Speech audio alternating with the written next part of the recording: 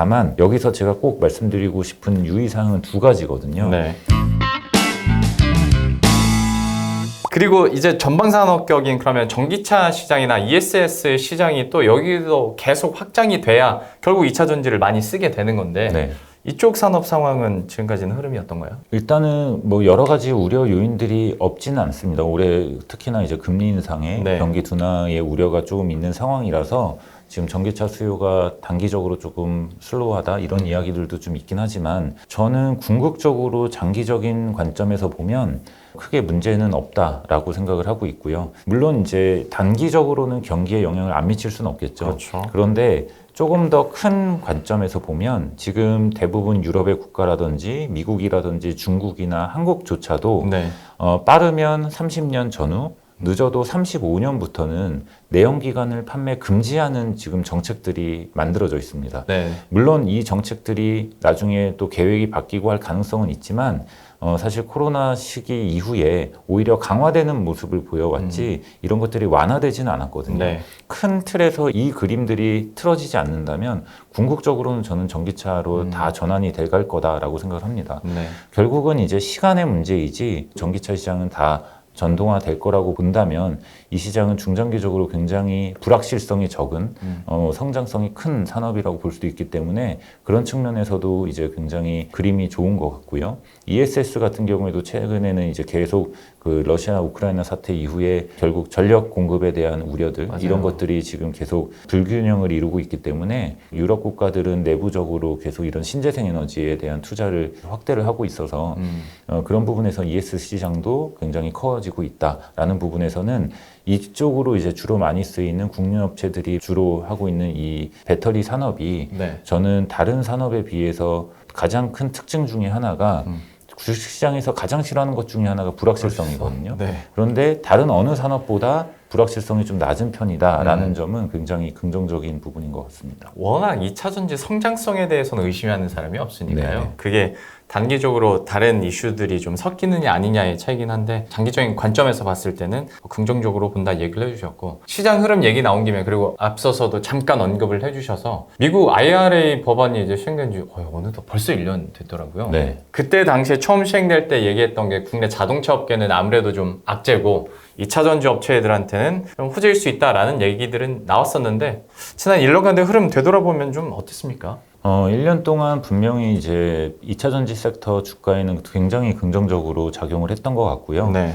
지금도 물론 우호적인 환경이 만들어지고 있습니다. 한번 이제 그 쭉 돌이켜보면 말씀하신 것처럼 딱 1년 전 7월 달에 처음으로 IRA 법안이 처음에 만들어지기 시작을 했고 네. 올해부터 이제 시행을 하기 시작을 했는데 결국은 이제 미국은 IRA 법안을 통해서 두 가지를 생각을 하는 것 같거든요. 네. 세액공제 형태의 보조금을 지원을 해서 소비자들이 전기차를 구매할 수 있도록 유도하는 정책, 그래서 네. 빠르게 전동화를 가속화하겠다라는 게 한 가지가 있고요. 네. 두 번째는 미중 정치적인 갈등 상황 속에서 지금 글로벌 공급망이 재편되고 있기 때문에 네. 중국의 리스크 의존도를 낮추고 결국은 이제 자국 내에 이 밸류체인을 구축하겠다라는 네. 부분이 부분이 또 가장 크거든요. 그걸 위해서 결국은 IRA 법안 내에서는 굉장히 까다로운 조건들을 달아서 이 조항을 맞춰야지만 세액공제 혜택을 주겠다라는 것들을 이제 자동차 업체들에게 강요를 하고 있는 거죠. 미국에 공장 세우라는 거잖아요. 그렇죠. 네, 맞습니다. 그래서 이제 이런 것들을 준비하는 과정에서 국내 업체들이 굉장히 큰 수혜를 받을 거라고 기대를 했었고요. 거기에 이제 1년 전에 우리가 가장 주목했던 것 중에 하나가 우려 왜곡 기업이었어요. 네.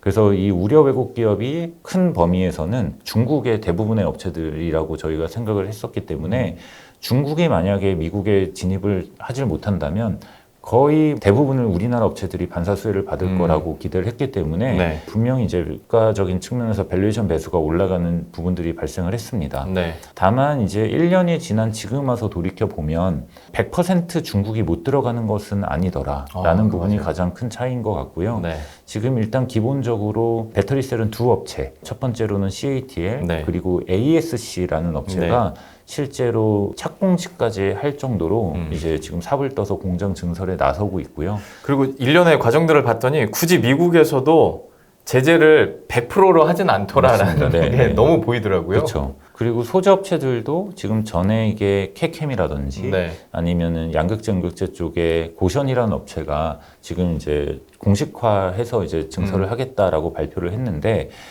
이런 부분에서 분명히 이제 중국 업체들이 증설을 공식화했음에도 불구하고 정부가 큰 제재를 하진 않고 있거든요. 맞아요. 물론 제 개인적인 생각이지만 일단 첫 번째는 미국에는 배터리 셀 업체가 없기 때문에 밸류체인이 없기 때문에 자국 업체들이 없어서 경쟁에 대해서 크게 생각하지 않아도 된다. 그게 이제 반도체랑은 가장 큰 차이인 것 같고요. 네. 두 번째로는 결국은 자동차 업체들을 위해서는 이런 부분들에서 중국을 너무 막아버리면 일부 이제 LFP 배터리의 가격적인 부분의 이점들을 또 누리질 못하기 때문에 열어주는 네. 것도 있는 것 같습니다. 아직까지 이 우려 왜곡 기업에 대한 정의가 구체적으로 발표가 안 됐거든요. 네. 그래서 이 부분이 과연 처음에 우리가 생각했을 때처럼 우려 왜곡 기업 이꼴 중국인가? 이 부분에 대해서는 저는 최근에 조금 생각이 달라지는 건 이게 중국의 모든 기업을 막는 건 아닌 것 같다. 그럼 과연 이 정의가 뭘까라고 생각해 보면 21년에 인프라법이라는 게 한번 발표가 됐었는데 네. 그 인프라법에 우려 왜곡 기업의 정의가 한번 돼 있습니다. 네. 그리고 또 반도체법에도 우려 왜곡 기업의 정의가 있는데 이 정의가 서로 약간 차이가 있어요. 그런데 저는 이 인프라법의 우려 왜곡 기업의 정의를 지금 IRA에서도 인용을 하는 게 아닌가라고 보는데 거기에 대한 정의는 북한, 러시아, 중국, 이란 이 네 개국의 정부 관리 하에 있는 기업이라고 정의가 되어 있거든요. 네. 그러면은 결국 이거를 큰 범위에서 보면 마치 중국 전부를 말할 수도 있지만 조금 작게 해석을 하면 뭐 정부의 지분이 투자돼 있는 회사 정도로 제한을 할 가능성도 있는 거죠. 네. 아직 공식적인 발표는 안 났으니까요. 그럼 CATL도 제재는 받겠네요. 다만 CATL이 대표적으로 이제 정부의 지분이 있지만 결국은 표면적으로는 포드가 100% 지분을 갖는 공장에 기술 라이센스로 들어가는 부분이니까 사실은 회피를 한 거죠.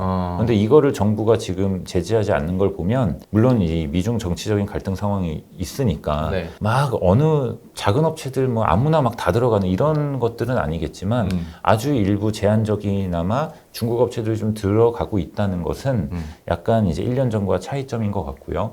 그러면 이제 이런 부분들이 밸류에이션으로 조금 작용이 할 가능성도 있는데 네. 그럼에도 불구하고 연초에 양극재 중심의 소재 업체들의 주가는 엄청나게 올랐던 부분들은 네. 조금 이제 저희가 다시 지금은 고민을 해봐야 될 부분 아닌가라고 생각은 합니다.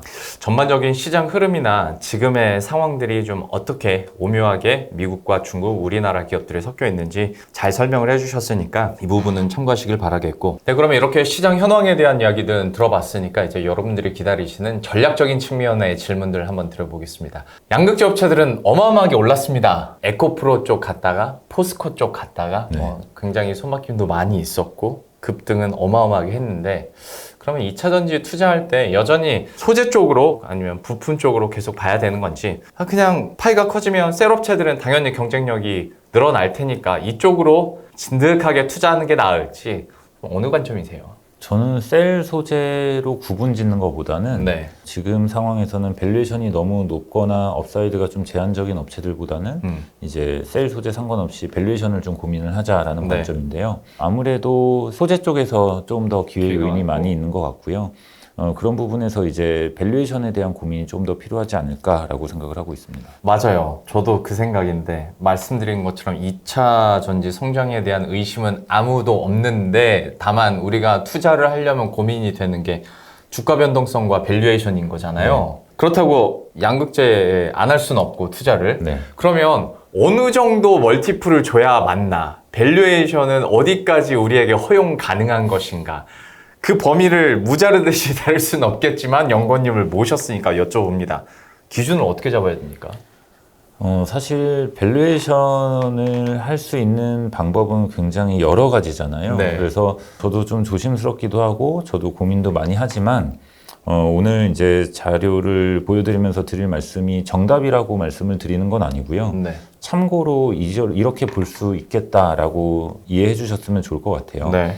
일단은 저는 앞에서도 말씀드렸지만 2차 전지의 특징은 크게 두 가지다. 네. 첫 번째는 다른 산업보다 불확실성이 상대적으로 낮다라는 네. 부분이 첫 번째라면 두 번째는 IT와는 달리 수주 산업이라는 게 굉장히 또 차이점입니다. 그래서 보통은 이제 바로 직전에 수주를 받는 게 아니라 네. 2, 3년 전에 미리 수주를 받고 이제 거기에 맞춰서 준비를 해 가는 그런 프로세스를 가지고 있는데요. 네. 그런 것들을 감안했을 때 일단 올해 실적만으로 보는 건 저는 너무 보수적이다라고 그렇죠. 생각을 네. 합니다. 그래서 이게 조금 멀리 내다봐야 되는데 사실은 이제 뭔가 아니, 벌써 2, 3년치는 반영하지 않았어요? 네, 저는 이제 2, 3년치가 합리적이라고 보고요. 네. 다만 일부 최근에 뭐 2030년 혹은 뭐 2033년을 반영하는 이런 네. 자료들도 좀 있긴 한데 그런 것들은 저는 조금 무리지 않나라고 네. 생각을 합니다. 그래서 저는 기존에 한 4년 정도 계속 2000지 섹터가 그렇게 주가들이 왔었는데 한 2년 뒤의 실적을 바라보는 것은 굉장히 합리적이다. 네. 라고 생각을 하고요. 그래서 저는 일단 실적의 기준점은 2025년을 지금 바라보고 있습니다. 네. 여기에 이제 밸류에이션을 어느 정도 반영을 해줄 거냐인데요. 오늘 말씀드릴 부분은 저도 이제 계속 고민을 해봤는데 결국은 성장성을 좀 같이 반영해 줄 수 있는 좋은 방법 중에 하나가 피터 린치가 말하는 PEG 밸류에이션이거든요. 결국은 이제 그로스만큼 밸류에이션을 주자라는 네. 의미인데요. 그런데 이제 PEG 밸류에이션은 보통은 이제 개별 기업의 EPS 성장률, 네. 순이익 성장률을 향후 3, 4년간을 추정을 해서 연평균 CAGR을 밸류에이션 배수로 주는 게 일반적인데요. 네. 사실은 25년 이후에 3, 4개년이라고 하면 28, 9년 정도인데 네. 사실 그때의 개별 기업의 이익을 정확하게 추정하는 건 불확실성이 너무 큽니다. 그렇죠. 가시성이 떨어진다는 거죠. 네. 그래서 이제 제가 자료에 보여드리는 것처럼 저는 이 가시성이 떨어지는 것보다는 산업 성장률을 생각을 해서 밸류에이션으로 넣어보자라는 거예요. 큰 틀에서. 네. 다만 이 산업 성장에서도 글로벌 전기차 배터리 수요가 있을 거고 네. 또 지역별로 나눠지는데 말씀드린 것처럼 국내 업체들은 최근에 유럽은 조금 무게중심을 낮추고 있고 중국은 비즈니스를 하지 않기 때문에 네. 국내 업체들은 저는 좀 성장률이 높은 북미 시장의 성장률과 더 밀접한 연관이 있다라고 봅니다. 그래서 지금 보여드리는 것처럼 2030년까지의 이 전기차 수요와 배터리의 수요를 제가 이제 모델링을 한 건데요. 물론 이렇게 갈 수 있을지는 계속 이제 저희가 지켜봐야겠지만 큰 틀에서는 결국 각국들의 정책이 바뀌지 않는다면 북미 시장 같은 경우에는 전기차 침투율이 30년에 60% 정도의 달성을 할 거라고 가정을 하고 있고요. 여기에 전제 조건은 최근에 이 미국 EPA가 새로운 환경 규제안을 발표를 했는데 네. 이 규제안을 맞추면 32년에 전기차 침투율이 67% 정도가 될 거다라고 이미 정부가 한번 전망을 한 바가 있습니다. 그래서 네.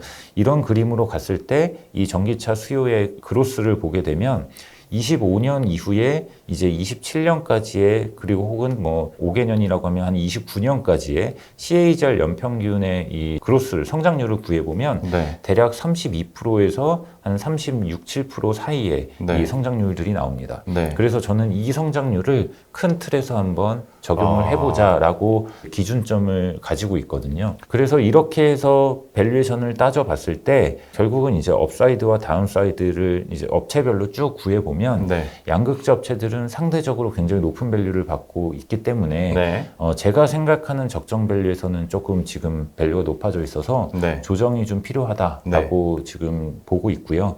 반면에 다른 업체들 중에서 이렇게 업사이드가 좀 나오는 업체들이 있습니다. 다만 여기서 제가 꼭 말씀드리고 싶은 유의사항은 두 가지거든요. 네. 저희는 AI가 아니기 때문에 여기 나와 있는 이 괴리율이 크다고 해서 업사이드가 크다 이렇게만 마냥 보시면 안 되고요.